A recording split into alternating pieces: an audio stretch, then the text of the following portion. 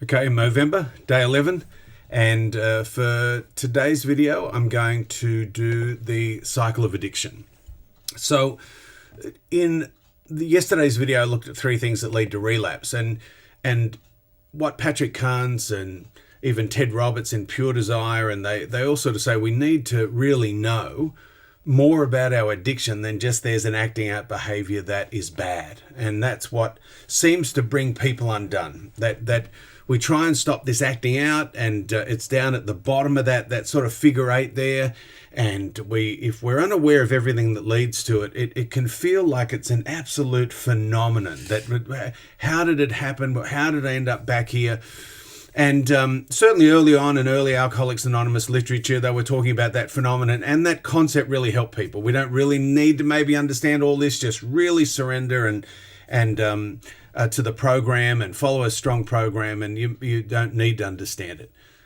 There does seem to be some wisdom in understanding the anatomy of relapsing by knowing about the anatomy of the addictive cycle. So I'm going to go through this and then go through what happens in the anatomy part of this. So the core beliefs.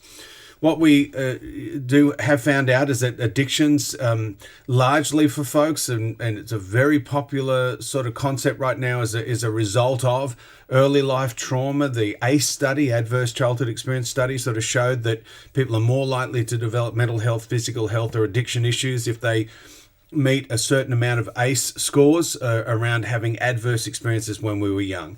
So some of those core beliefs can be about ourselves as a person, around our identity, our ability to protect ourselves, our self-esteem and value, and our ability to look after our needs and wants. So we can have shame binds around I am unlovable, I'm invisible, I'm powerless, I'm unworthy. And then we can have core beliefs around the addiction itself that can really disorientate somebody. And some of those are denial statements. No one will know. If no one knows, no one will get hurt. Everybody does it. I've had people tell me, everyone in Sydney's using cocaine. And I think, well, I'm not, but we will come up with ways that we justify our behavior. So we've got to look at our core beliefs that lead on to that impaired thinking. So early life, I'm unlovable, no one's going to love me as I am, will lead on to us justifying and having a lot of impaired thinking that will then allow us to go into preoccupation, which is, where we fantasize, we objectify, we have euphoric recall, and it is the beginning of the brain's reward memory and circuitry issues. What I've described this as before is that we get 20 out of 10. Once this cucumber of a brain in an addict turns into a pickle, we struggle. And where someone gets a 10 out of 10 experience, sex is meant to feel good. Good food is meant to feel good. Alcohol is meant to change our state and feel good. And people largely enjoy a drink if they are drinkers. But alcoholics eventually get 20 out of 10 for a period of time. In the last phases of addiction, it can not necessarily, we're now in the habit of it and have to have it. But essentially, it's a 20 out of 10 experience. That's what we're powerless over. So the impaired thinking leads to preoccupation. We start to obsess about it. We move into rituals. And this is where it's really important to understand how these things happen, because this is where we can put most of our restraint measures and guardrails against moving towards acting out. I was talking to someone the other day, and they were really disorientated by the shame and despair and the guilt that happens. And I just sort of pointed out, look, this is a big part now of just your addictive cycle. You feeling bad about it, really bad about it, disgusted, full of self-loathing is actually what propels us around the dark side of the moon back into obsession to act out. And this is where multi-addiction, co-addiction stuff can occur. In this book by Patrick Carnes, he certainly says that out of his Don't Call It Love studies, earlier research, 87% of people that have one addiction have two or more. So this is where someone can watch pornography, feel really bad, and then eat a bowl of cereal to have the processed food, the sugar hit, or smoke a cigarette to relieve themselves and keep them in an addictive cycle. It will all lead to problems and unmanageability. And if someone's really trying to work out their first step in their 12-step fellowship, this information is, if you fill this out and get a collection of data on each one, you're going to get that first step information so you can see this thing clearly. So if I go through an anatomy, if we break this down and just look at the bottom part of it, the preoccupation, where we go into obsession, create euphoric recall. Generally, what can happen if we're going to lead to a relapse is there'll be lifestyle imbalance. Things build up again. We start to drop the ball a little with our recovery. We get a build up of stress from work, family. Sometimes we can't help it. Someone gets sick and now we're going to hospital each night, or there's a child issue, or fill in the blank. Life can heat up sometimes, and other times we overextend. And this can be part of what an addict's got to watch out for, is that we get overconfident, start to pull away from support. Stress will start taking its toll. Once we get stressed, we'll need stress relief. Challenges will appear in our recovery, and impaired thinking starts. And that's where that we start justifying. One won't hurt. If I just do it a little bit, maybe okay if I go back to drinking, but just drink shandies, or just beer, not spirits, or if I just watch porn and not see a sex worker, if I just buy some lotto tickets, that's not gambling, right? So impaired thinking happens. Urges and cravings creep in, and that's that phenomenon of craving. When that happens, when we have impaired thinking and urges and cravings, reality distortion starts. And what Carnes says, that then denial and delusion wrap themselves around and sort of protect that obsession. And this is largely where people stop reaching out. They don't tell anybody. That dishonesty creeps in. So this urges and cravings creep in. We start to distort reality, and denial and delusion wrap itself around it. We're already in trouble and we haven't left the lounge chair yet. So this is why this thing really creeps up on people. This all happens in our head, obsession-wise. That can lead to rituals.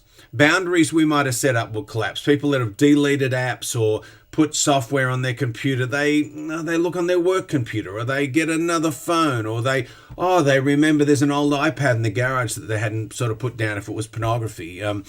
Same things with drinking. People all of a sudden have a glass of wine at dinner, and with people that don't know they're not drinking. So we look for where boundaries start to collapse. You might have even had boundaries around your recovery. You start dropping off meetings. You drop off your morning rituals. You're not doing a meditation in the morning. You're not praying anymore. You don't write in your journal. So we start to, those guardrails, we start to move them out of the way, and we start this sort of testing behavior. So if you're a pornography addict, you might be on Instagram now looking at gym models, or if you're an alcoholic and you've banned yourself from going to pubs, then next thing you know, you're going to play in the pool comp, or you join the fishing club. So what we've got to look out for is, where do we start testing and sort of, these, like he says, these tests take place around the edges of those old acting out behaviors. This starts to alter our reality. It starts to normalize it. It induces trance. And this is the main thing about obsession and ritual. It induces trance. Reality becomes fully distorted, and loss of control is almost inevitable. You'll hear, if you go to 12-step meetings or therapy groups, the stories where people, man, they didn't act out, but it was a miracle. I had one person turn up to a relapse group once many years ago, and they looked like a stunned mullet. And when I got to their check-in, I said, "What's happened?" And they said, "Oh, look, I was at the bottle shop, and I'd intended to lie to come here, and I was going to get drunk and work out the details later on. They hadn't really thought it through. And when they went to pay for their alcohol, there was a complete blackout, and they couldn't pay for the alcohol, and they had no cash.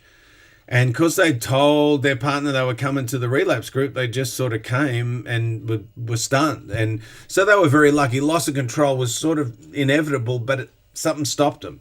You can't really rely on that.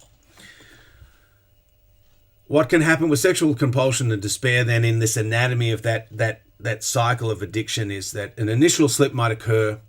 Resignation appears. I've gone this far, might as well go all the way. And Marlatt has this abstinence violation effect kicks in. Well, what's the point now, And this is where you'll see people, I'll stop tomorrow, I'll stop tomorrow, I'll stop tomorrow. And man, there are some horror stories around this, especially with heroin addicts that slipped on heroin for a few weeks and then ended up back on methadone for 16 years. I mean, it's sometimes I've heard things and just thought, oh my God, and this is why therapists and sponsors and everyone tries to really stop someone from acting out, because part of the myth is we think we can control when we're going to come back. And sometimes people don't make it back. So generally from this point, there's a continued use, or we return to recovery. If we're lucky, we see it for what it is, we shout it out, and we return to recovery. So, how do we resist cravings? In Carnes' literature, he certainly says these things. We've got to develop spiritual strategies. In 12-Step Life, they talk about doing a quiet time in the morning, spiritual reading, spiritual reflection, prayer and meditation, journaling. That's their step 11. They do a step 10 at night. I'll probably do a little video on this little how to set your day, bookend your day. Keep an eye on dishonesty, resentment, fear, and self-obsession. We try and decode feelings. We've really got to start to tune into how we feel and be able to sit with those feelings. And I think that's what outreach calls are best for. Share what's going on. If it's big enough to bother you, it's big enough to talk about. Avoid triggering situations. Try and stay with some of those early boundaries you set up. They were probably pretty safe. Unstructured skulking through the net, doom scrolling on social media. It's unnecessary and likely to come across something that's triggering. And if you're going into a triggering situation, bookend it with outreach calls and prayer and take care of yourself. Forgive yourself for slips. One of the things that you see in that cycle is the shame and disgust and despair. That promotes us back into wanting to act out. So we've got to get to a place of forgiveness and to be kind to ourselves and just continue to choose health, right? It can happen, relapses or slips, but to get back on the track and not beat ourselves up.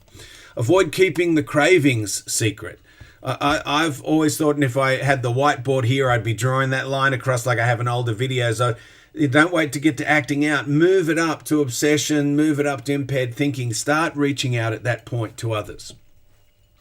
Work on nurturing yourself. Have some rituals in your life. I think one of the best things I ever bought for myself was one of those massage chairs that you put in a lounge chair. Man, I've worn a few of those out over the years. Salt baths I really love. I do a binaural beat meditation every afternoon of it for about 20 minutes I call them my drift sessions. Under the doona, a weighted blanket, face mask, binaural beats. Work out those things that take care of you. Find alternative passions. In Sex and Love Addicts Anonymous, they talk about top lines. Create a life that doesn't need you to escape from it. Take up some hobbies. Learn a musical instrument. Learn a language. This is a chance. Recovery. We get our choice back. Make better choices, and that's where he goes on to sort of acknowledge the choices we're making and get really deliberate about it. The last slide I'll present is relapse prevention. If you're struggling in your addiction, check this out. Are you doing one-on-one therapy? Are you working on something? What's the next growing edge and frontier of your recovery? Group therapy. I have a men's group I run on a Wednesday night. It's a privilege, and I see those guys, they sort of join together and they start doing outreach calls at a deeper level because they're getting to know each other at a deeper level. Second half of 12-step meetings. It's harder on Zoom these days, but even some groups on Zoom will stay open and chat at the end. It was a really hard thing for asking myself when I remember asking to go to the coffee shop with everybody. Not like I couldn't go, but that fear that you'll be rejected. So the second half of meetings, people will go out for dinner and they get to know each other and they talk and get to know each other at that deeper level, offer deeper support. 12-step sponsorship. If you haven't got a sponsor, why? How come? Keep searching, and is your sponsor got a sponsor? Because I always think if your sponsor's not got a sponsor, it obviously doesn't really believe in sponsorship, right? Maybe they're in between sponsors, but I always thought it's good to know that you've got a grandfather or a grandmother sponsor somewhere. Outreach calls. People avoid these. Carnes just simply says, get over your discomfort about making them. You cannot have the luxury of not making calls. If you're relying on this head, your head, to get through your recovery, you're relying on the same head of the guy who you last used with. So make calls, because if you make calls, you will start taking calls, because lots of people in recovery need to make calls. And if you're ringing someone, they're going to ring you back. And if your calls are boring, it means you're not being honest enough. Get honest, they won't get boring, believe me. and positive behaviors for connection. You know, I remember with my mate Dave in the Blue Mountains, man, we would go and do runs down the 1,000 steps in the mountains. We'd go to the gym, we'd play racquetball, we would sit in the spa at the end of the steam room, and just your positive connections, you know, deep friendships. My friend Mark, who rings me every Tuesday morning, we can catch up. He's got 2 months more than me, with coming up to 37 years in our own programs. It's this can unlock a life wilder than than any of your dreams. So accountability, transparency, and honesty, that's going to save you. So I hope that this has been useful. It's there's the Movember QR code. Please, if you can, donate. And thank you if people are starting to donate now, because we're advertising our workshops. Robert Weiss is coming up in 2 weeks' time. John Lee's coming up. Check out our website. And on Steve Stokes Counseling and Consulting, that's got what we're doing and access to all these little videos. And I always get excited about Movember. I hope these are helping. And leave some comments. I'm not, if you've got any questions, please ask me. I'll if you've got any requests for videos, please ask me. I'm happy to sort of dive into any subject. And with that, I'll catch up with you tomorrow.